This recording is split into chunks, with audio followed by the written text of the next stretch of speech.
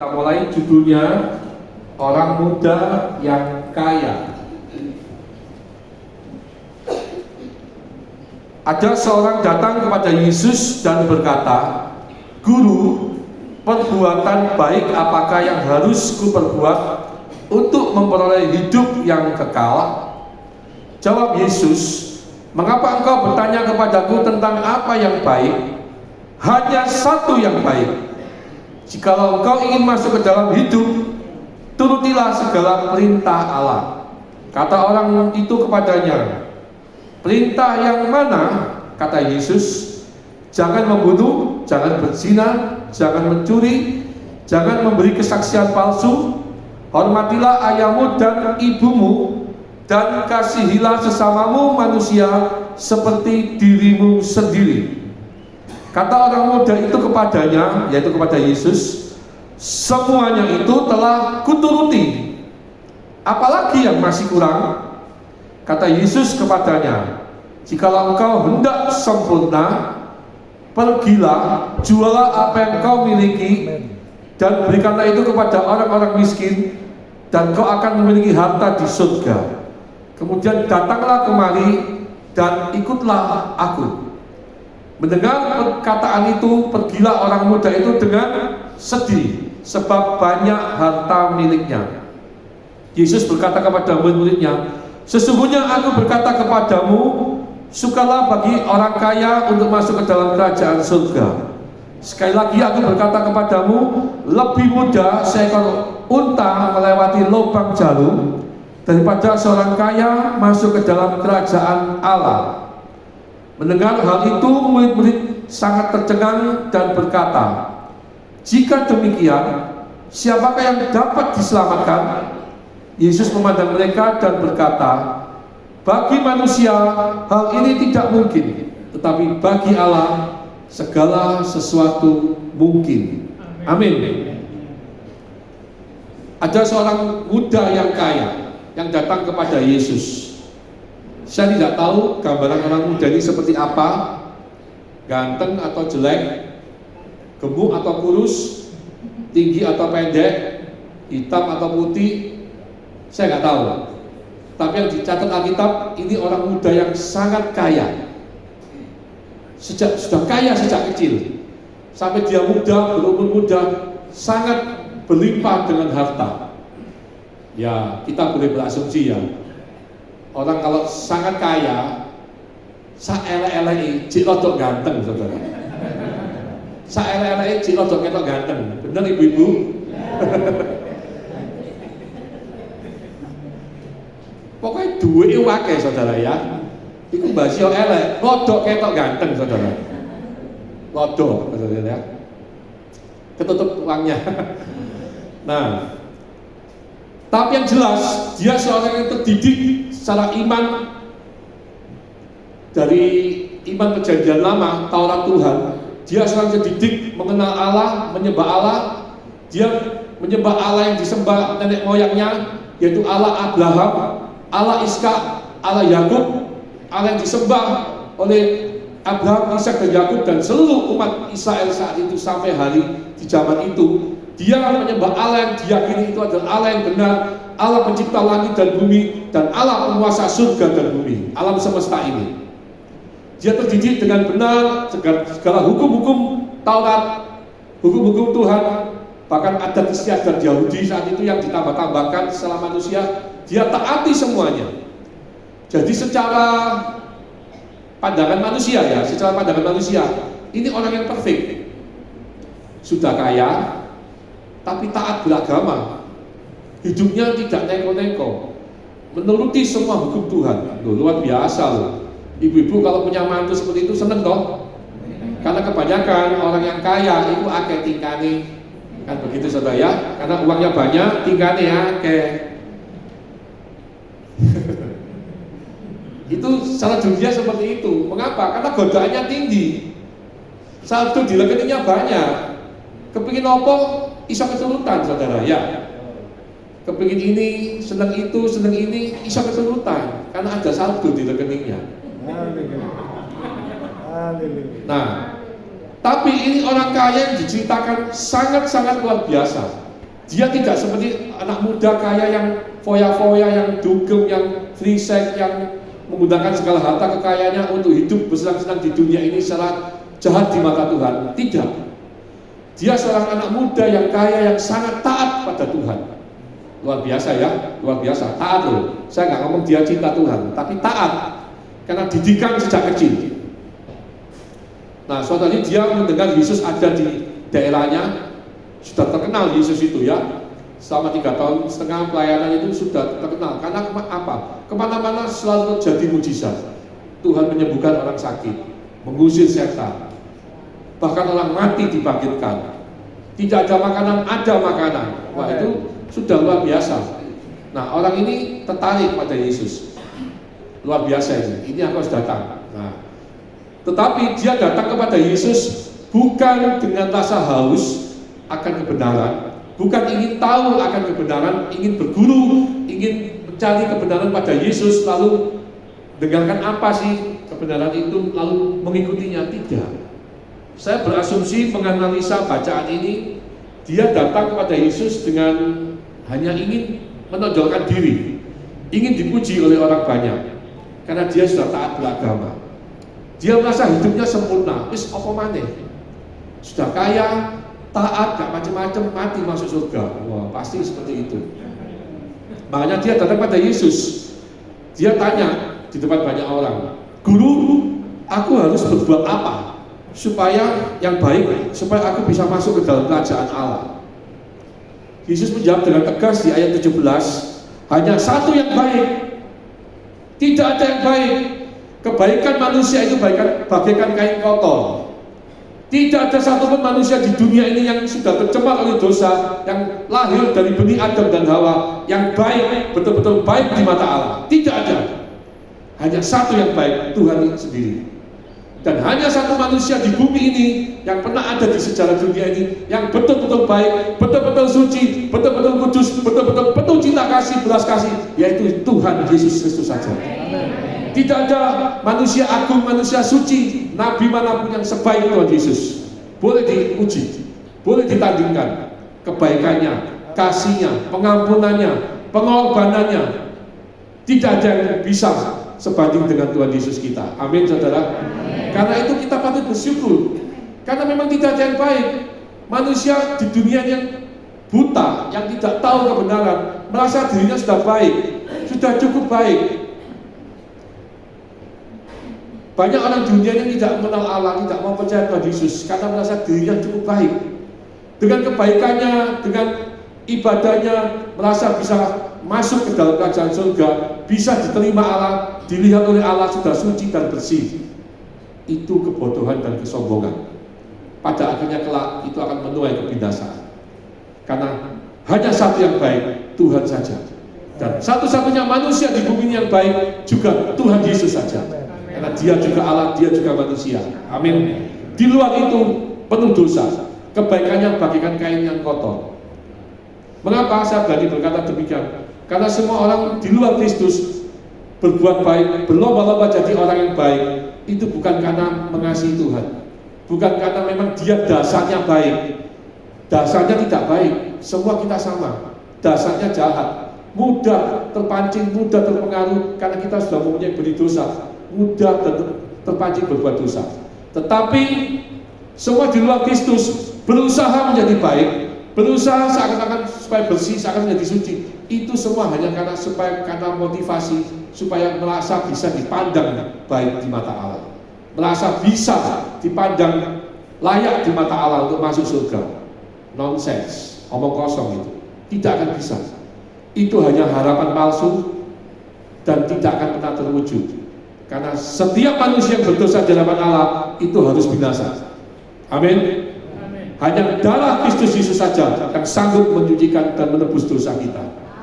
Karena itu Tuhan Yesus dengan tegas, hanya satu yang baik. Semuanya gak ada yang baik.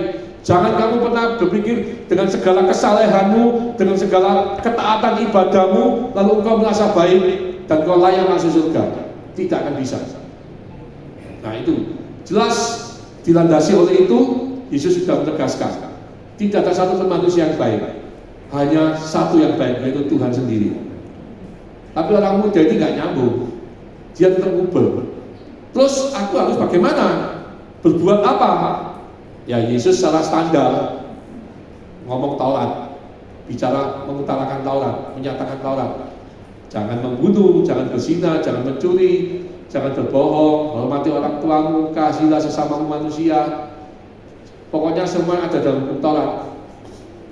Lalu dengan bangga orang muda ini ngomong, wah itu sudah aku lakukan sejak dulu. Sampai hari ini aku sudah melakukan itu. Wah, dia merasa dengan jawaban itu Yesus harus manggut-manggut. Wow, luar biasa kamu ya anak muda, luar biasa. Sudah cukup kalau begitu, kamu luar biasa. Cukup, kamu gak perlu ikut aku. Kamu sudah nanti mati masuk surga. Itu harapannya anak muda itu. Dia berpikir akan mendapatkan pujian dari Yesus. Tapi Yesus berkata apa? Jikalau engkau ingin sempurna, karena gak ada yang baik, semua ketaatanmu, semua ibadahmu itu tetap tidak sempurna di mata Allah. Jika engkau ingin sempurna, jualah seluruh hartamu, bagikan pada orang miskin, lalu datang kemari ikut aku. Wah, itu langsung poin tertinggi saudara ya, karena dia nantang Yesus untuk yang minta syarat yang paling tinggi ya. Karena sombong saudara ya. Ya sama Yesus dikasih. Oke begini. Karena Yesus tahu kelemahannya dia. Jadi ayat ini tidak berkata semua anak Tuhan, semua orang percaya pada Kristus, semua orang Kristen itu jual seluruh hartamu, bagi-bagikan pada orang miskin, lalu hidup melayani Tuhan tanpa harta gitu ya, tanpa perlu mencari harta lagi, gak usah bekerja gitu ya. Wah ya itu kalau itu salah satunya seperti basic ini pusing nanti saudara ya. Anda harus pahami, ini bukan perintah untuk semuanya. Nah, di dalam memahami firman Tuhan, Anda harus pahami, ini perintah khusus.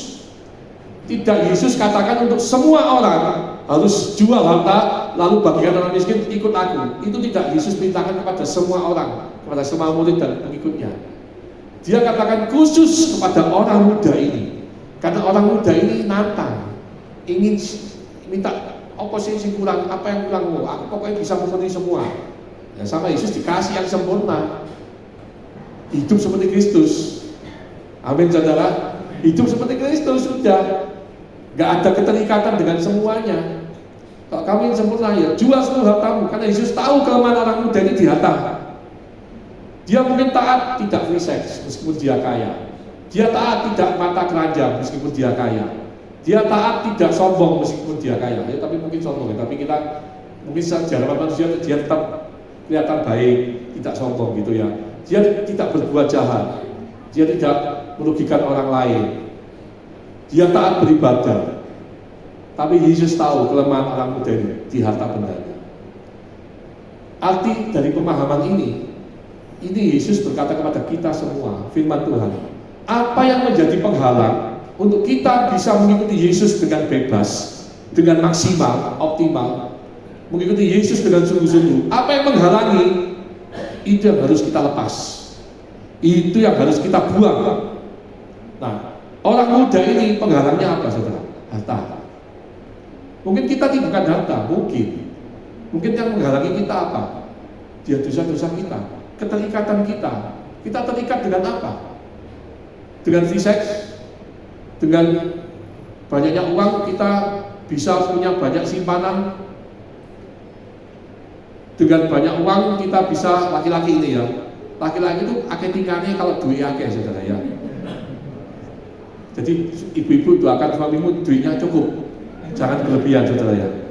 Kalau berlebihan nanti bahaya. Ini guyon saja, guyon. Apa yang menjadi penghalang engkau? Istrimu? Suamimu yang menggaling engkau untuk mengikuti Tuhan dengan sungguh-sungguh? Anakmu? Atau sesuatu yang menjadi berhala di dalam hidupmu sehingga engkau lebih tidak rela kehilangan itu daripada kehilangan Tuhan? Ada. Saya kalau kehilangan ini saya tidak mau percaya Tuhan lagi. Kehilangan istri, kehilangan suami yang ganteng, istri yang cantik, suami yang kaya, istri yang luar biasa, pintar masak, anak yang cantik, yang ganteng, yang pintar, anak yang menggemaskan, orang tua yang apa, mungkin berhala kita, jabatan kita, kekuasaan kita, bisnis kita, apapun itu yang membuat kita memberhalakannya. Mungkin kita seakan-akan tampak beribadah kepada Tuhan, tetapi sesungguhnya di dalam hati kita Tuhan itu nomor 2. Yang nomor 1 ya bisnisku ini, nomor 1 uangku ini, nomor 1 simpananku ini, bukan istriku ya, simpananku. Biasanya simpanan kan lebih cantik daripada istrinya kan begitu. Biasanya. Apalagi saudara, jabatanku. Wah, kalau aku sudah kehilangan jabatan ini, karena itu banyak pejabat tinggi ketika pensiun, post power syndrome. Dulu dia ketika berkuasa, orang datang kepada dia nunduk-nunduk. Dia jalan kemana, datang kemana, orang sudah kumpul, saudara, melayani dia. Minta apa dituruti. Butuh tanda tangannya itu mahal, saudara. Mau apa? Butuh tanda tangan. Ketika sudah tidak berkuasa, orang di jalan aja di pasar gak nyopo, saudara. Itu pernah saya dengar orang-orang pensiunan itu. Yang sakit hati dari kami ini, post polusi itu bukan apa, saudara. Dulu ketika kita masih menjabat, jalan kemana-mana orang menyapa. Pak Ivan, wah, karena punya jabatan, punya kekuasaan, saudara. Dibutuhkan, dihargai, dihormati. Tapi saya semenang-menang, saya jahat, saya banyak memeras, saya banyak memanfaatkan jabatan saya untuk yang nggak benar. Banyak orang tersakiti, misalnya. Ketika saya pensiun, saya lewat lagi di jalan, orang yang dulu nyapa saya, lu Pak Ivan, gak usah mas loh. Apa nyopo wong iku? Nah, kan gitu saudara ya. Dulu gak pleki wong iku, nah, kan gitu saudara. Iku biar aku dipersak ini, aku dirugikan segini, butuh ini dimintai segini, wah. Misalkan, saudara, misalkan seringkali apa yang kita takutkan kehilangan itu justru yang Tuhan minta untuk kita lepas. Betul itu, saudara. Kalau kita sungguh-sungguh mempelajari firman ini, Yesus hanya ingin satu. Kita mengikut Dia dengan sungguh-sungguh, dengan totalitas, tanpa ada yang menghalangi, yang membuat Yesus tidak menjadi terutama, tapi menjadi nomor 2. Tuhan tidak mau diduakan. Amin. Tuhan minta nomor 1 dalam hidup kita. Ketika menjadi nomor 1 itu bukan Tuhan Yesus, tapi jabatan kita, harta kita, posisi kita, kekuasaan kita, simpanan kita, apapun lah, hobi kita. Ada loh hobi itu sampai mengalahkan Tuhan. Gak mau beribadah karena hobi itu banyak. Saya punya karyawan dulunya setiap beribadah sekarang gak bilang apa mancing, saudara. Kamu ini diberkati Tuhan, terus sekarang kamu waktu nggak mau beribadah hanya untuk kamu buang dengan mancing terus, lupa waktu, nggak tidur semalaman, kerjanya tidur siang, ya dipecat lama-lama, saudara. Karena nggak waktu kerja tidur, waktu malam melekan mancing, saudara. Ditegur sekali, 2 kali, 3 kali, diberi surat peringatan nggak bisa berubah ya, sudah tendang aja, saudara. Ya, nah, iya, bayangin orang tidur itu akhirnya. Baru bergumul, baru kembali datang beribadah pada Tuhan. Itu kadang-kadang lucu ya manusia itu ya. Memang kadang-kadang harus Tuhan izinkan untuk mengalami sesuatu dulu, baru ingat Tuhan, saudara. Bahwa Tuhan itu yang paling penting, yang paling utama. Karena Dia yang berdaulat atas hidup kita. Dia yang berhak mengatur hidup kita. Kita ini tidak mampu melangkah sejengkal ke depan, itu kita tidak mampu. Saya tidak berani berkata 1 jam lagi saya pulang dari ibadah ini, saya pulang ke Mojokerto, saya pasti hidup dengan baik. Saya nggak berani. Kalau Tuhan menghendaki, Tuhan panggil saya, mau apa, saudara? Kita nggak ada yang tahu dong. Karena itu janganlah pernah kita sombong. Kita ingat bahwa hidup ini milik Tuhan. Kita ini rapuh. Sewaktu-waktu Tuhan bisa panggil. Nggak perlu alasan sakit, saudara. Jatuh kepleset aja bisa langsung Tuhan panggil kok. Banyak cerita, banyak kejadian. Kelihatannya nggak apa-apa, tiba-tiba sakit langsung jatuh. Banyak. Jadi yang penting sekali lagi, firman Tuhan pagi hari ini mengingatkan kita. Marilah kita mengutamakan Tuhan yang paling terutama. Jangan ada berhala lain dalam hidup kita. Misalnya harta kita, kesombongan kita, harga diri itu termasuk berhala, loh, saudara.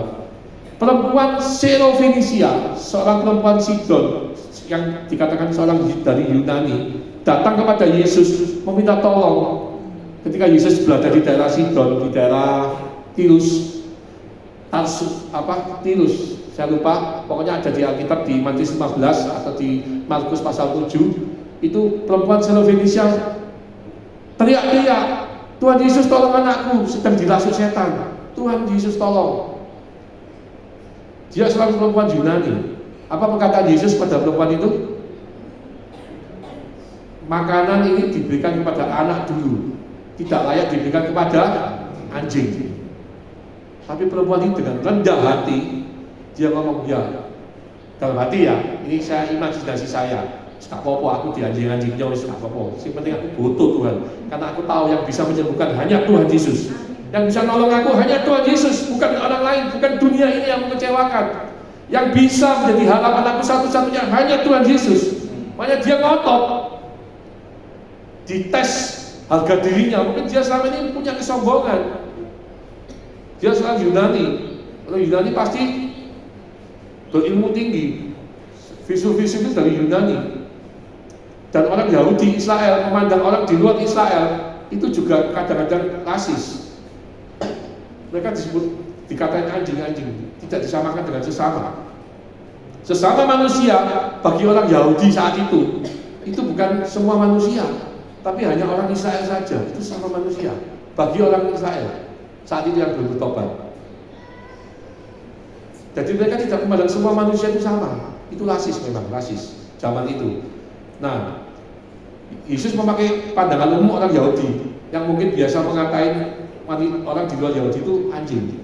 Dan wanita ini mungkin juga pernah mengalami dipanggil anjing atau diejek, dibully dengan anjing.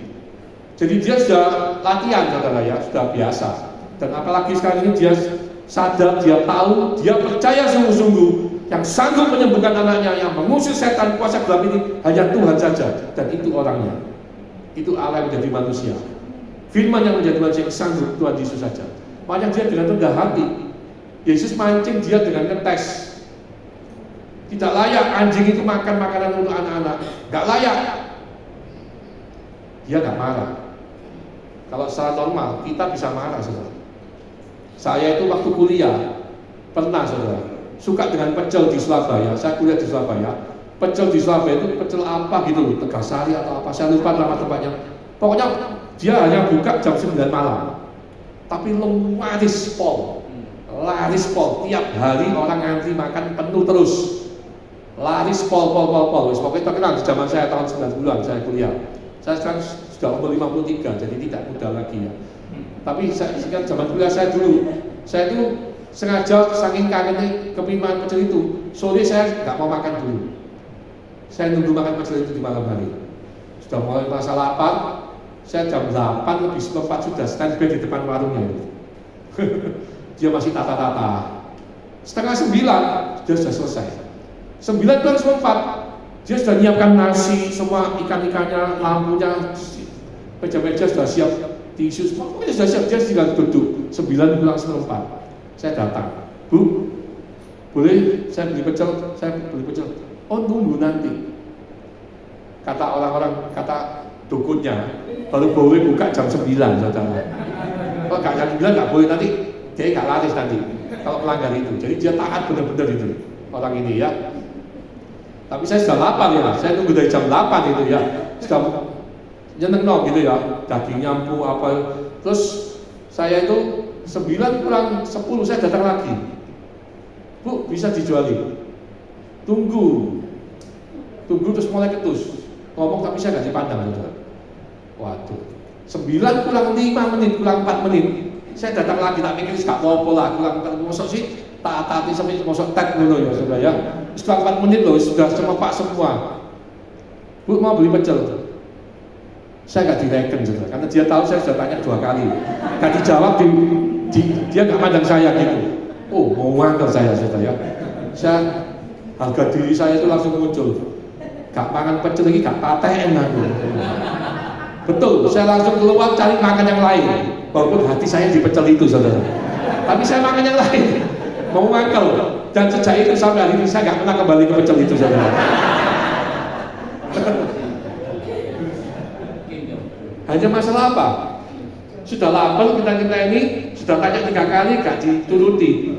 Yang muncul kesombongan saya, harga diri. aku ini bayar, tak borong kabeh iso bertemu, tapi akhirnya tahu ini orang ini betul-betul gak peduli, anggaran apapun pokoknya dia taat jalan datar buat dijualin, jadi laris terus. Tapi rasanya sekarang sudah pindah rasanya, dukunnya gak sakti mana sih, diusir pindah saudara sama Satpol PP, rasanya sudah gak ada sekarang. Tapi intinya apa? Waktu itu yang jadi penghalang saya sampai marah gak mau makan apa? Kesombongan saya, harga diri saya, betul nggak?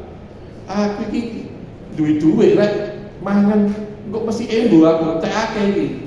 Gak hitungan iwak pokoknya. Jopok wis gak apa-apa, habis banyak gak masalah, tambah ikan, tambah apa. Intinya merasa punya uang. Beli itu gak hitungan pokoknya. Kau tak lari sih kok ngono kok tolak aku iki. Harga diri saudara ya. Ya kalau gak mangan nang kene gak paten aku. Gak dijawab bisa dimelengkosi.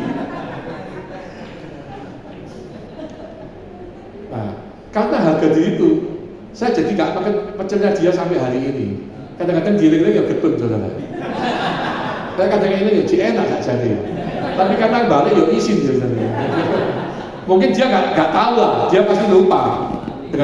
Tapi saya sendiri yang jadi merasa malu. Merasa malu. Berarti apa? Apapun yang menghalangi kita untuk kita bisa ikut Tuhan dengan benar di mata Tuhan, berkenan di mata Tuhan, entah itu kesombongan kita. Kita ini kadang-kadang terlalu sombong, sok harga diri saudara ya. Tapi perempuan ini tidak. Dia dianjing-anjing loh, dia nggak apa-apa wis. Karena dia tahu yang dia ajak ngomong ini Tuhan di atas segala Tuhan, Raja di atas segala raja, yang sanggup menolong. Jadi dia merendahkan dirinya. Tidak ada kesombongan di hadapan Tuhan. Apa yang mau kita sombongkan sih? Kita nanti kembali kepada dia hanya dibungkus dengan kain dan satu kotak peti saudara. Apa yang mau kita sombongkan? Harta kita mungkin diwariskan pada anak kita. Kalau anak kita bisa ngelola, kalau nggak bisa ya habis, diambil orang lain. Apa yang mau kita tinggalkan di dunia yang sementara ini? Hanya iman kita. Amin saudara. Hanya iman kita. Teladan iman kita kepada keluarga, anak cucu kita. Karena itulah mari firman ini mengingatkan, jangan ada satupun yang boleh menghalangi engkau mengikut Tuhan dengan sungguh-sungguh. Apapun itu. Maaf, anggap saja seorang bisnismen. Saya dulu juga pernah muda, anggap saja pernah nakal.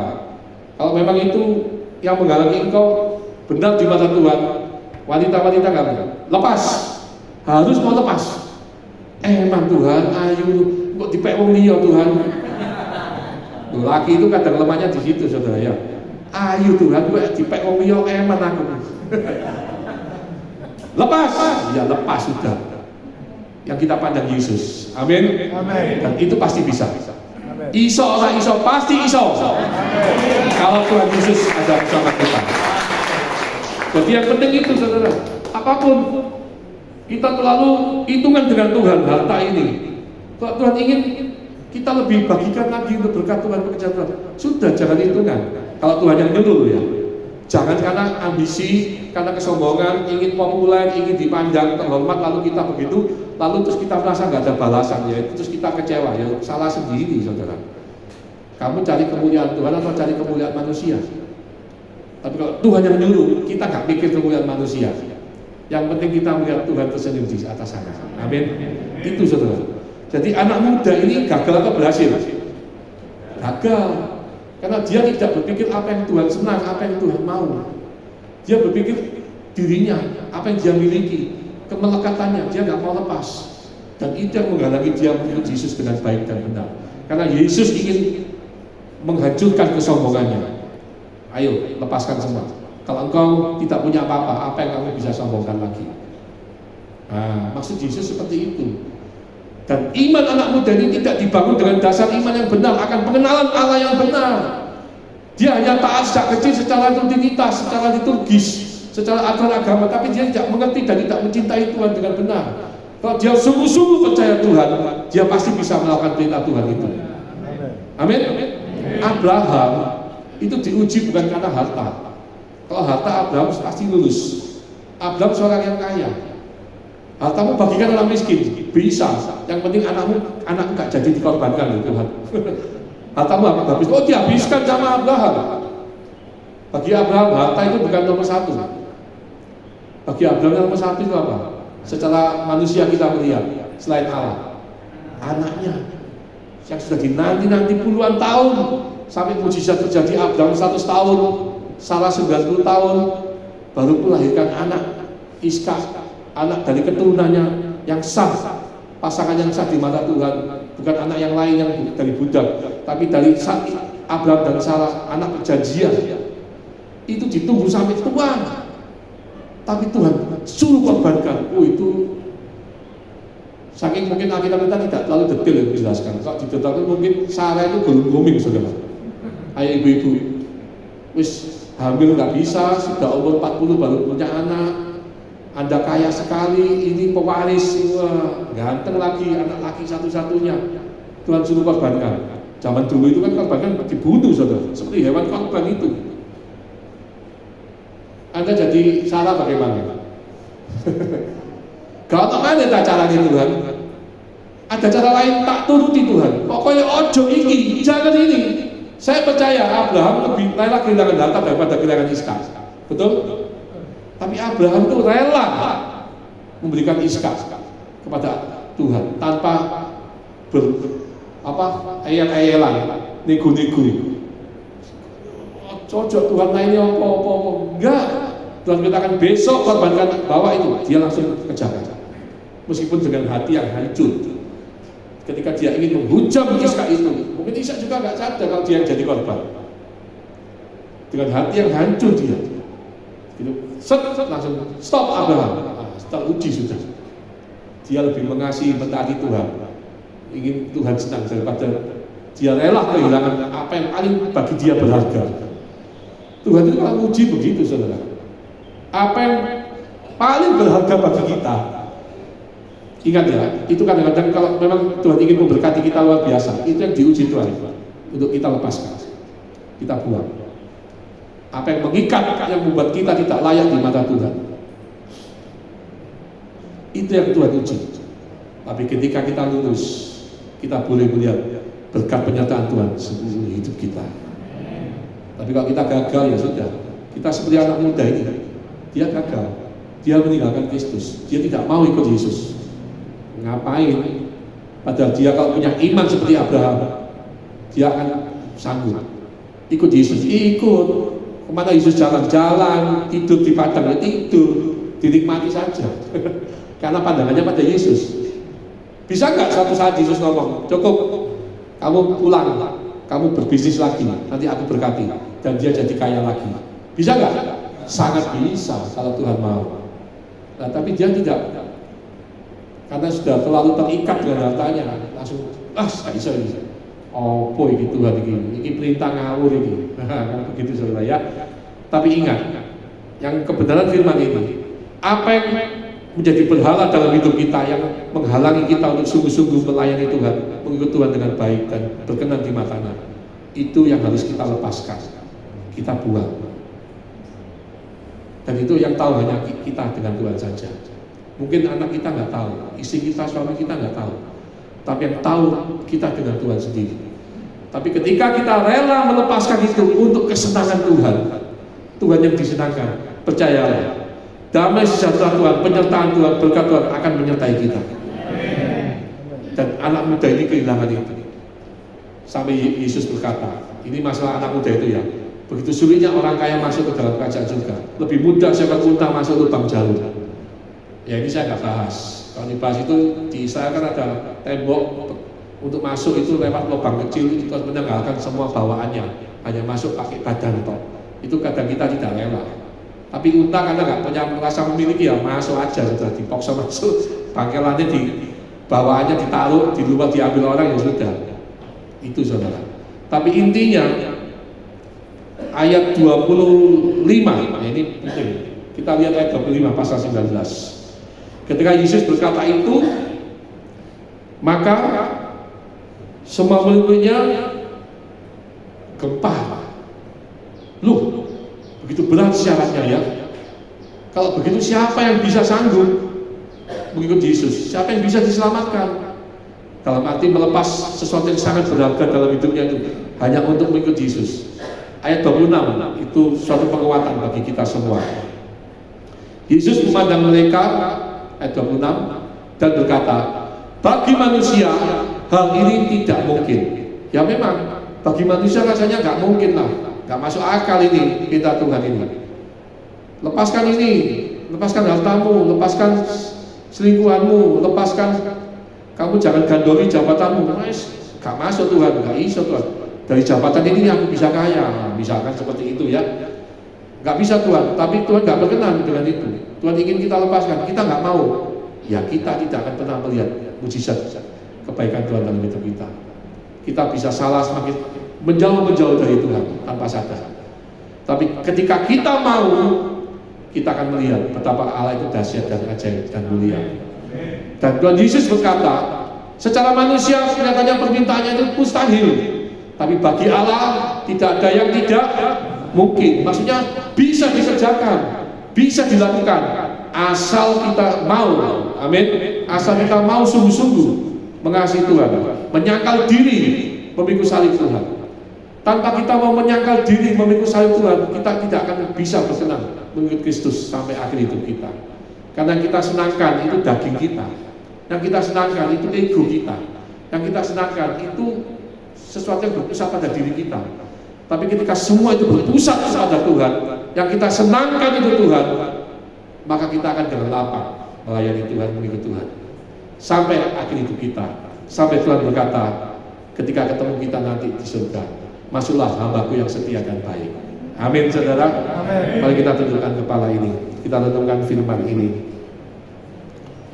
Allah tidak menyuruh kita semua untuk jual harta saudara, tapi Allah ingin melihat satu hal yang menjadi kita terlalu genggam erat dalam hidup ini, yang kita tidak mau lepaskan demi untuk Tuhan. Kita gandoli untuk kesenangan kita, untuk kedagingan kita, untuk ego kita, sehingga itu yang menghalangi kita berkenan di mata Tuhan. Firman Tuhan pagi hari ini mengatakan, lepaskan untuk Tuhan. Kita harus belajar menyangkal diri. Mengikut Tuhan itu penyangkalan diri dan memikul salib Tuhan. Rasul Paulus berkata, hidup bagiku adalah Kristus, mati adalah keuntungan. Tetapi kalau aku hidup, aku bekerja, menghasilkan buah. Amin. Itulah tujuan kita hidup, mengiring Kristus sampai akhir hidup kita. Semakin dibentuk, diproses, semakin serupa dengan Kristus. Dan itu membutuhkan penyangkalan diri. Semakin mau melepas apa yang memang tidak perlu, yang memang itu menghalangi kita berkenan di mata Tuhan. Haleluya. Yang terutama di dalam hidup ini, mungkin singer bisa bantu. Yang terutama di dalam hidup ini, meninggikan nama Yesus.